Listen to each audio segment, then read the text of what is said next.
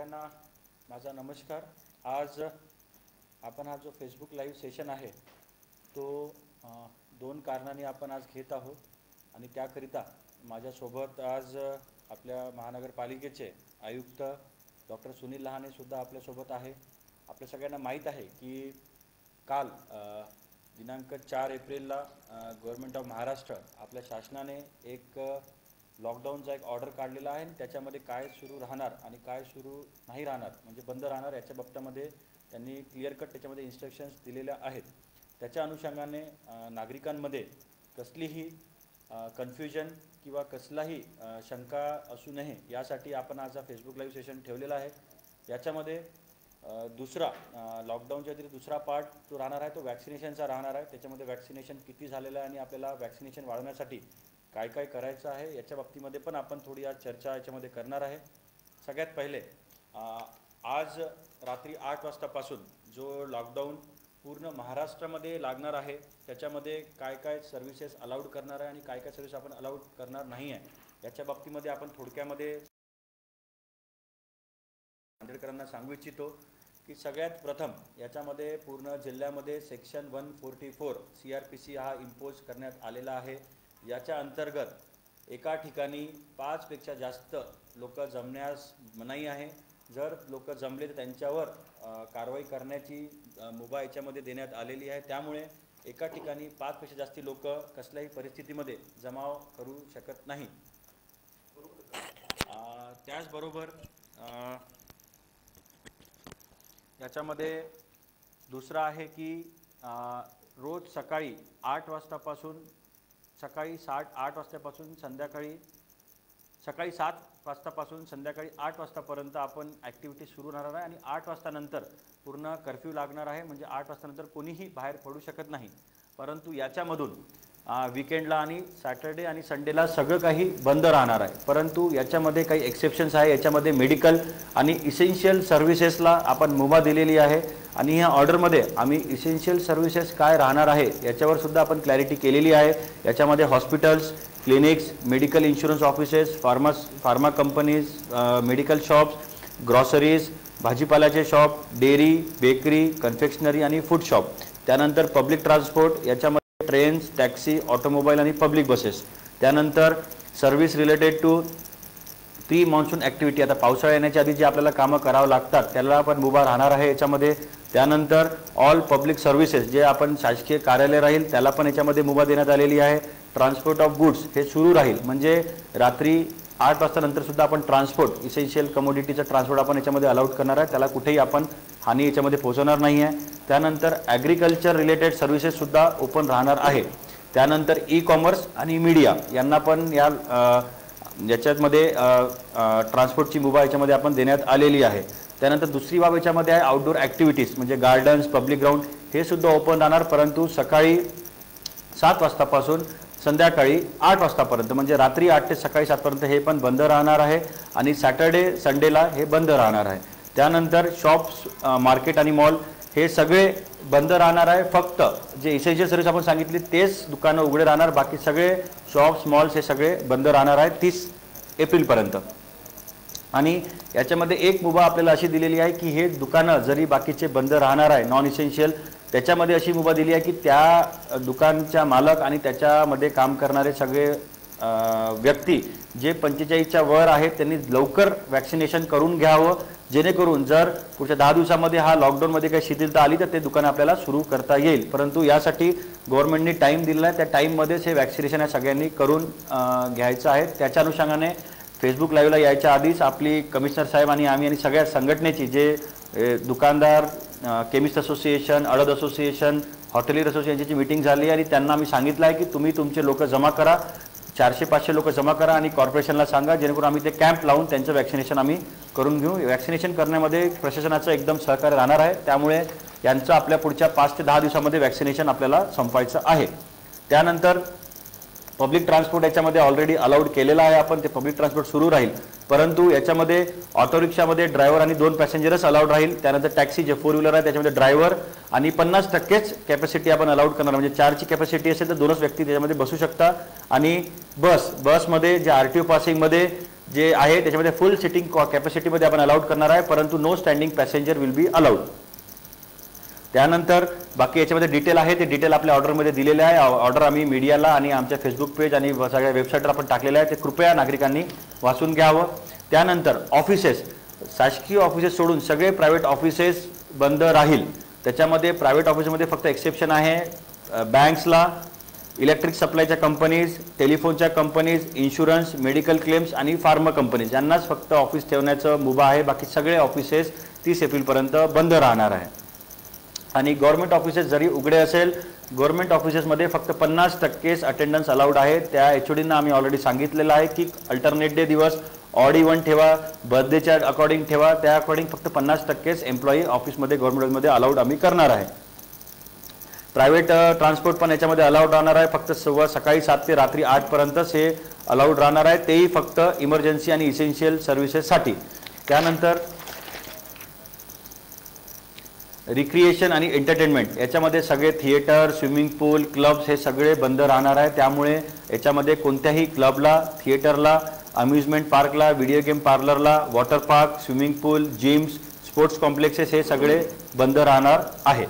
त्यानंतर restaurant, bars and hotel, सगळे restaurant, सगळे बार हे सगळे बंद राहील. फक्त जे हॉटेलच्या आतमध्ये जे लोक राहत आहेत त्यांच्यासाठीच तेवढं राहील, बाहेरून कोणी पण तिथे जाऊ शकणार नाही. सगळे हॉटेल, रेस्टॉरंट आणि बार्स हे सगळे 30 तारखेपर्यंत बंद राहील.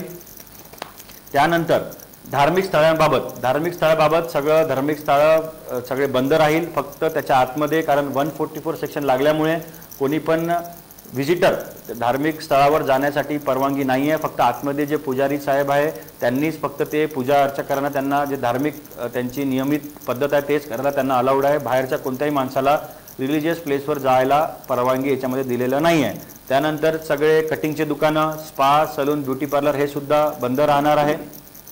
न्यूजपेपरला होम डिलिव्हरी आपण अलाउड केलेली आहे, ते सकाळी 7 ते रात्री 8 पर्यंत ते आपलं सर्क्युलेट करू शकतात. शाळा आणि कॉलेजेस हे सगळे बंद राहणार आहेत. त्यानंतर सगळ्या प्रकारचे रिलिजियस म्हणजे धार्मिक, सोशल, पॉलिटिकल आणि कल्चरल हे प्रोग्राम सगळे 30 एप्रिलपर्यंत बंद राहणार आहेत. त्याकरिता कोणी पण असले प्रोग्रामसाठी कोणत्याही कलेक्टर ऑफिसला, SDM ऑफिसला, कॉर्पोरेशनला, पोलीस स्टेशनला, ST ऑफिसला कसली परवानगी मागायची गरज नाही आहे आणि मागितली तरी त्यांना परवानगी भेटणार नाही. त्यामुळे हे सगळं आपण बंद 30 तारखेपर्यंत बंद ठेवणार आहे. त्यानंतर लग्न समारंभ अलाउड राहणार आहे, फक्त 50 लोकांना घेऊनच लग्न समारंभ आपण करू शकतात. 50 लोकांच्या वर जर आले तर त्याच्यामध्ये त्यांच्यावर कारवाई करण्यात येणार आहे. आणि जे लोक लग्नामध्ये जे लोक स्टाफ राहणार आहे म्हणजे मॅरेजवाले जे मंगल कार्यालय त्यांना सगळ्यांना RT-PCR टेस्ट कंपल्सरी केलेली आहे आणि त्यांनी वॅक्सिनेशन घेणं कंपल्सरी केलेलं आहे. ह्या दोन्ही गोष्टी जर याचं व्हायोलेशन झालं तर त्यांच्यावर त्या मंगल कार्यालयावर कारवाई करण्यात येणार आहे. त्यानंतर अंत्यविधीसाठी फक्त 20 लोकांनाच आपण अलाउड केलेलं आहे अंत्यविधी करण्यासाठी, त्यामुळे 20 लोकांच्या उपस्थितीमध्येच अंत्यविधी करण्याची परवानगी आहे. त्यानंतर जे आपल्या रोडला गाळे वगैरे लागतात पाणीपुरीचे आणि बाकीचे, त्याला फक्त होम डिलिव्हरी अलाउड केलेलं आहे. त्यांनाही तिथे येऊन लोक थांबवून त्यांना खाण्याची परवानगी याच्यामध्ये नाकारलेली आहे, ते अलाउड याच्यामध्ये नाही आहे. त्यानंतर मॅन्युफॅक्चरिंग सेक्टर हे सगळं उघडं राहणार आहे, फक्त एका खाटीवर की त्यांचे जे लेबर आहे तिथे आतमध्येच त्यांना ठेवायचे आहे. लेबरला मोबिलिटीला त्यांना परवानगी नाही आहे, त्यांनी आपल्या कॅम्पसमध्येच ते लेबर ठेवावे आणि तिथे त्यांना काम करण्याची त्यांना आपण अलाउड करणार आहे. त्यानंतर ई-कॉमर्स आपण ऑलरेडी अलाउड केलेला आहे, परंतु जो ई-कॉमर्सचे म्हणजे होम डिलिव्हरीवाले लोक राहील त्यांना RT-PCR आणि वॅक्सिनेशन घेतलेलं कंपल्सरी आहे. त्यांनी 10 तारखेपर्यंत हे वॅक्सिनेशन घेऊनच काम करावं. त्यानंतर कन्स्ट्रक्शन ॲक्टिव्हिटी आपलं सुरू राहणार आहे.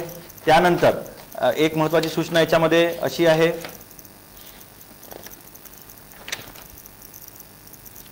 की जे हॉटेल आणि रेस्टॉरंट आहेत ते जरी बंद असेल त्याच्यामध्ये टेक अवे, पार्सल आणि होम डिलिव्हरी हे अलाउड करण्यात येणार आहे सकाळी 7 ते संध्याकाळी 8 पर्यंत. आणि सॅटर्डे आणि संडेला फक्त होम डिलिव्हरी अलाउड राहणार आहे. सॅटर्डे आणि संडेला टेक अवे किंवा तुम्ही हॉटेलमध्ये जाऊन पार्सल घेण्याची परवानगी त्याच्यामध्ये नाही आहे. फक्त मंडे टू फ्रायडे पर्यंतच तुम्ही टेक अवे घेऊ शकता आणि सॅटर्डे संडेला तुम्हाला फक्त होम डिलिव्हरी सकाळी 7 ते संध्याकाळी 8 पर्यंत मिळणार आणि 8 नंतर सगळं काही बंद होणार आहे. या सगळ्या गाईडलाईन्स ज्या आहेत त्या महत्त्वाच्या आहे, त्यामुळे आपण आज हे फेसबुक सेशन घेऊन कसलंही कन्फ्युजन राहणार नाही। डिटेल ऑर्डर जर आपल्याला बघायची असेल तर आपण वेरियस ग्रुप्सवर आपण सर्क्युलेट केलेला आहे, कॉर्पोरेशनच्या आणि कलेक्टर ऑफिसच्या वेबसाईटवर आहे। आपण सगळ्या मीडियांना, पत्रकारांना मिळेल आणि कसली पण तुम्हाला याच्यामध्ये कन्फ्युजन असेल तर अफवा आणि कन्फ्युजन मध्ये बिलीव न करता सरळ तुम्ही प्रशासनाला, कमिशनर साहेबांना विचारा, कलेक्टर ऑफिसमध्ये आपण 24/7 आपलं कंट्रोल रूम आहे त्याच्यामध्ये विचारा। कसल्याही अफवांवरच्या याला तुम्ही बळी पडण्याचं कसलेही याच्यामध्ये कारण नाही आहे। त्यामुळे मला असं वाटतं की मॅक्सिमम आपले कन्फ्युजन हे क्लिअर झाले असेल आणि तुम्हाला दुसरं कोणतेही कन्फ्युजन असेल तर आपण जिल्हा प्रशासनाला कॉन्टॅक्ट करून आपलं कन्फ्युजन दूर करू शकता। त्यामुळे मी सगळ्या नांदेडकरांना एक विनंती आहे की या लॉकडाऊनचे जे रूल्स आहेत जे संपूर्ण महाराष्ट्रामध्ये लागू आहे याचं पालन करावे। आणि याच्यामध्ये एक पॉझिटिव्ह गोष्ट अशी आहे की जर आपण वॅक्सिनेशन तातडीने केलं आणि आपल्या केसेस कमी झाल्या तर बहुतेक गव्हर्नमेंट ऑफ महाराष्ट्र याच्यामध्ये थोडा शिथिलता देऊ शकते, कारण या ऑर्डरमध्ये असं लिहिलं आहे की वॅक्सिनेशन आपल्याला 10 एप्रिलपर्यंत सगळ्या या लोकांचं, दुकानदार आणि त्यांच्या खाली जे कामं करतात त्यांचं आपल्याला संपवायचं आहे। तर याच्या अनुषंगाने माझ्यासोबत आपल्या महानगरपालिकेचे आयुक्त एरियामध्ये कसं आणि वॅक्सिनेशनचं जे कॉर्पोरेशननी जे मिशन 2 लाख महा वॅक्सिनेशन मोहीम जे सुरू केली आहे त्याच्यावरही ते आपल्याला प्रकाश घालेल, जेणेकरून आपल्या मोठ्या संख्येने आपले नागरिक वॅक्सिनेशन घेऊन या कोरोनाच्या संकटापासून आपण कसं नांदेडला दूर करू शकू याच्यावर ते थोडा प्रकाश टाकेल। थँक्यू।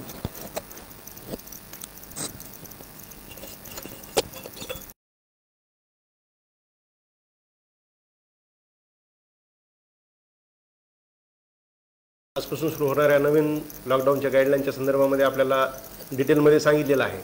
ॲक्च्युली आता काय काय बंद राहणार आहे यापेक्षा काय सुरू राहणार आहे या गोष्टी मोजक्याच आहेत, त्यामुळं त्या कशा पद्धतीनं सुरू ठेवता येतील या संदर्भामध्ये आपण ह्या गाईडलाईनचा बारकाईने अभ्यास केला पाहिजे। याच्यामध्ये इसेन्शियल सर्व्हिसेस ज्या सुरू राहणार आहेत त्याच्यामध्ये आपल्या खाद्यपदार्थाशी रिलेटेड बाबी आहेत आणि आपल्या आरोग्याशी रिलेटेड बाबी आहेत, म्हणजे भाजीपाला, दूध आणि इतर टेक अवे म्हणजे फूड आपल्याला होम डिलिव्हरी किंवा टेक अवे या संदर्भातल्या ज्या सर्व सेवा सुविधा चालू राहणार आहेत, तसेच आपल्याकडं आपल्या आरोग्यविषयक सुविधा सर्व सुरळीत राहण्यासाठी आणि त्याच्यासाठी आवश्यक असणारं ट्रान्सपोर्ट सुरू राहणार आहे। परंतु ते सुरू राहताना सुद्धा सर्व त्यांची RT-PCR टेस्ट करून ती रिक्षाच्या सोबत त्यांनी ठेवली 10 तारखेपर्यंत त्यांना अशी टेस्ट करून घ्यायची आणि तो रिपोर्ट त्यांच्यासोबत असेल जो की 15 दिवसासाठी व्हॅलिड असेल। असं रिक्षावाला असेल तरच त्याच्यामधून तुम्हाला प्रवास करता येणार आहे, अन्यथा त्याची तपासणी झाली तर त्या रिक्षावाल्याला 1000 रुपयापर्यंत दंडाची तरतूद याच्यात करण्यात आलेली आहे। एका रिक्षामध्ये फक्त 2 व्यक्तींना प्रवास करता येईल, म्हणजे अगदीच कुणाला फार इसेन्शियल आहे आणि दवाखान्यात जायचं आहे तर सोबत एक माणूस असेल आणि तो आजारी आहे व्यक्ती, ती एक व्यक्ती असेल आणि फक्त रिक्षा चालवणारा असेल। याच्या व्यतिरिक्त कोणीही प्रवास करायला त्या ठिकाणी अलाउड नाही। आता सुरुवातीला जे सांगितलं की कलम 144 लागू झालेला आहे आणि दिवसा सकाळी 7 ते रात्री 8 वाजेपर्यंत 5, याचा अर्थ खाजगी ठिकाणी सुद्धा आपण काही गर्दी करायची असं काही कारण नाही। आपल्या सोसायट्यांमधल्या ओपन स्पेसेस असतील त्या ठिकाणी आपल्याला करता येतील, परंतु त्या ठिकाणी जर क्राऊड होत असेल तर त्याला सुद्धा पाबंद करावा अशा प्रकारच्या गाईडलाईन याच्यामध्ये आलेल्या आहेत। महानगरपालिकेचे उद्यान सुरू राहणार आहेत, त्याची वेळ सकाळी 7 ते रात्री 8 आहे। शनिवार रविवार मात्र हे उद्यान बंद राहील। अशा सर्व बाबींचा विचार केल्याच्या नंतर आपल्याला लक्षात येईल की ह्या इसेन्शियल सर्व्हिसेस ज्या आपल्याला RT-PCR टेस्ट घेऊन चालवायच्या आहेत, म्हणजे किराणा दुकान जरी सुरू असेल तर किराणा दुकानदाराला त्यानं सोबत बाळगायचं आहे, दुकानामध्ये ठेवायचं आहे, त्याची तपासणी झाल्याच्या नंतर ते पण दाखवायचं आहे आणि त्याची व्हॅलिड हे एक प्रकारचे फ्रंटलाईन वर्कर आहेत जे आपल्याला सर्व सुविधा देतात, तर त्यांना त्यांचे वॅक्सिनेशन करणं कंपल्सरी आहे। महानगरपालिकेनं मागच्या काही दिवसांमध्ये 10 वॅक्सिनेशन सेंटर उभे केलेले आहेत आणि सर्व नागरिकांना आवाहन केले की 45 वर्षाच्या वरच्या सर्व नागरिकांनी वॅक्सिनेशन करून घ्यायचं आहे। परंतु एवढं आवाहन केल्याच्या नंतर काही ठिकाणी काही कन्फ्युजन असेल, काही ठिकाणी अफवा आहे, की वॅक्सिनेशन झाल्याच्यानंतर आपण पकडून घेऊन जातात आणि काहीतरी इंजेक्शन टोचणार आणि नंतर मग ते त्याच्यामुळंच आणखीन काही डॉक्टरांना पैसे मिळतात, अशा पद्धतीनं काही काही अफवा बाहेर पसरवत आहेत.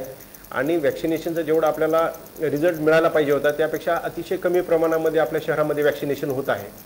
सरासरी आपली 500, 600, 700पर्यंतच आपण वॅक्सिनेशन पर डे करू शकतो आहे, जे की 4-5 हजार वॅक्सिन पर डे आपली करण्याची आत्ताच कॅपॅसिटी आहे आणि आपण ती वाढवून 10,000पर्यंत नेण्याची पण आपली तयारी आहे. 45 वर्षाच्या वरचे साधारण आपण टार्गेट पाहिलं तर शहरामध्ये 2 लाख नागरिक आपले 45 वर्ष वयाच्या वरचे. महालसीकरण हे अभियान महानगरपालिकेने आजपासून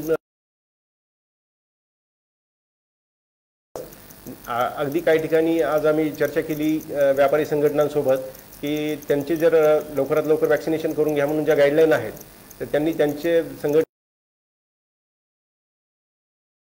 आणि त्यांचे कुटुंबीय असतील की ज्यांचं वय 45च्या वर आहे, अशा सर्वांची जर त्यांनी एखाद्या ठिकाणी मागणी केली की आम्ही या ठिकाणी 200, 300, 500 लोकांची आमचे वॅक्सिनेशन करून घेण्याची लगेच 1-2 दिवसामध्ये आमची तयारी आहे, तर महानगरपालिका त्या ठिकाणी स्पेशल कॅम्प लावून या सर्वांचं वॅक्सिनेशन करण्याची आपली तयारी आहे. त्यामुळे शहरातील या व्यापाऱ्यांसोबतच इतर जे नागरिक आहेत ज्यांचं वय 45च्या वरचं आहे त्या सर्वांनी तातडीनं वॅक्सिनेशन करून घ्यावं. त्याच्यामध्ये कुठल्याही प्रकारचा धोका नाही. पहिला डोस झाल्याच्या नंतर कोविशिल्ड जर वॅक्सिन असेल तर 6 आठवड्यानंतर ते 8 आठवड्याच्या दरम्यान आपल्याला दुसरा डोस घ्यायचा आहे आणि कोवॅक्सिन असेल तर 4 आठवडे ते 6 आठवड्याच्या दरम्यान आपल्याला दुसरा डोस घ्यायचा आहे. सुरुवातीला साधारण 5-10% लोकांना थोडेसे ताप आल्यासारखे त्याच्यामध्ये सिम्पटम असतात, परंतु त्याचा काही धोका नाही. ते डॉक्टरांच्या निगराणीखालीच ती वॅक्सिनेशनची सर्व सुविधा उपलब्ध आहे. आपल्या जिल्ह्यामध्ये मोठ्या प्रमाणामध्ये वॅक्सिनेशन झालेलं आहे, परंतु ग्रामीण भागामध्ये चांगला प्रतिसाद आहे. प्रत्येक गावागावामध्ये माननीय जिल्हाधिकारी महोदयांनी प्लॅनिंग करून प्रत्येक गावातल्या नागरिकांना आवाहन करून त्या ठिकाणी कॅम्प अरेंज केलेले आहेत. आपण कंटिन्युअस फॅसिलिटी 10 सेंटरला देऊनही शहरी भागातील नागरिकांनी त्याला म्हणावा तसा प्रतिसाद दिलेला नाही. मी सर्वांना आवाहन करेन की आपण या सुविधेचा तातडीनं लाभ घेऊन आपण वॅक्सिनेशन करू होईल तेव्हा त्या सेंटरवरती मोठ्या प्रमाणामध्ये गर्दी होईल. तर अगोदर सिनियर जे लोक आहेत 60च्या वरच्यांना अगोदर सांगितलं होतं, नंतर 45 ते 60 आलेले आहेत आणि त्यानंतर खालच्या टप्प्याटप्प्यानं बाकीच्यांचं वॅक्सिनेशन होईल. जगभरातला आतापर्यंतचा अभ्यास असा सांगतो की साधारण 40-45% वरच्या प्रमाणामध्ये ज्या देशामध्ये लसीकरण झालेलं आहे त्यांच्याकडे पॉझिटिव्हिटी मोठ्या प्रमाणातच कमी झालेली आहे. परंतु सध्याची आपली परिस्थिती पाहिली तर आपल्या शहरामध्ये आजमितीलाही 25% नागरिक टेस्टिंगनंतर पॉझिटिव्ह येत आहेत. म्हणजे ही टेस्टिंग आपली 5%पर्यंत पॉझिटिव्हिटी यायला पाहिजे होती, परंतु फार मोठ्या प्रमाणामध्ये नागरिक पॉझिटिव्ह येत आहेत. डेथचं प्रमाणही खूप जास्त आहे. मागच्या 3-4 दिवसामध्ये 40 ते 50 मृतदेहांची विल्हेवाट महानगरपालिकेच्या कर्मचाऱ्यांनी लावली. ही फार दुर्दैवी घटना आहे. तर अशा पद्धतीनं कोमॉर्बिड लोक जेव्हा इन्फेक्ट होतात आणि मोठ्या प्रमाणामध्ये मग घाबरून जाऊन इकडे तिकडे सैरावैरा धावत असतात, तर अशी परिस्थिती येण्यापेक्षा आपण वॅक्सिनेशनवरती भर देतोय तर त्याचा आपण सर्वांनी निश्चितपणे लाभ घेतला पाहिजे. आणि शहर आणि एकंदरीतच आपलं जिल्हा जे टार्गेट आहे आपलं सुरुवातीच्या टप्प्यामध्ये 45 वर्षाच्या वरच्या नागरिकांसाठी कुठल्याही प्रकारची लसींची कमतरता नाही किंवा सेंटरची कमतरता नाही. याचबरोबर जे आता ज्या ॲक्टिव्हिटी या लॉकडाऊनमध्ये आपल्या सुरू राहणार आहेत त्या सर्व सुरू ठेवणाऱ्या नागरिकांनाही माझी विनंती राहील आणि आवाहन राहील की तुम्हाला येत्या 10 तारखेपर्यंत ज्यांचं वय 45च्या खालचं आहे त्या नागरिकाने RT-PCR टेस्टिंग करून घेऊन त्याचा रिपोर्ट सोबत ठेवायचा आहे. आणि अबव 45 इयर्स ज्याचं एज आहे त्यांना स्वतःचे टेस्टिंग करून त्याचं सर्टिफिकेट आपल्यासोबत ठेवायचं आहे. इसेन्शियल कमोडिटी ज्या चालू असतील त्यांनी, आणि बाकीचे ज्यांना आता नजीकच्या काळामध्ये त्यांचे व्यवसाय सुरू होतील आणि हे आस्थापना सुरू होण्यासाठी आदेश होईल तोपर्यंत बाकीच्यांच्या सर्वांच्या जवळ त्यांच्याकडं वॅक्सिनेशन झालेलं सर्टिफिकेट असणं कंपल्सरी असेल, अन्यथा त्यांचे आस्थापनेत त्यांना काम करता येणार नाही. अशा पद्धतीच्या ह्या गाईडलाईन आहेत. माननीय जिल्हाधिकारी महोदयांनी सांगितलं की ह्या गाईडलाईन आपण सर्वांनी वाचून घ्याव्यात. वेबसाईटवरती आहेत, वेगवेगळ्या व्हॉट्सअप ग्रुपच्या माध्यमातून बहुतेक नागरिकांपर्यंत त्या पोहोचलेही असतील. 12 पानी ह्या गाईडलाईन आहेत, आपण इंग्लिशमध्ये आहेत, पण आपल्याला ते वाचल्याच्यानंतर साहजिकच काय सुरू आहे आणि काय सुरू नाही हे आपल्या लक्षात येईल. ज्या ॲक्टिव्हिटी सुरू राहणार आहेत त्याचा आपण लाभ घेताना आपल्याला कोविडचे सर्व नियमांचं पालन करायचंच आहे. आपल्याला सोशल ह्या गाईडलाईन ज्या सुरुवातीला मागच्या वर्षी कोरोना त्याच्यामध्ये कुठल्याही प्रकारचा बदल झालेला नाही. उलट त्या आपण जास्त जी आहे त्या नवीन व्हायरसमध्ये आपल्याला फार मोठ्या प्रमाणामध्ये दिसून येत आहे. अगोदर एखादा व्यक्ती पॉझिटिव्ह आल्याच्या नंतर आपण त्याच्याबद्दल चर्चा करत होतो आणि सिनियर सिटीजन जे कोमॉर्बिड आहेत त्यांच्या जीविताला निश्चितपणे धोका निर्माण झालेला आहे. तर आपण सर्वांनी आपल्या स्वतःच्या आरोग्याची काळजी घ्यायला पाहिजे, इतरांच्या आरोग्याची काळजी घ्यायला पाहिजे आणि शासनाने दिलेल्या आदेशाचं आपण पालन करावं असं मी आपल्याला आवाहन करतो.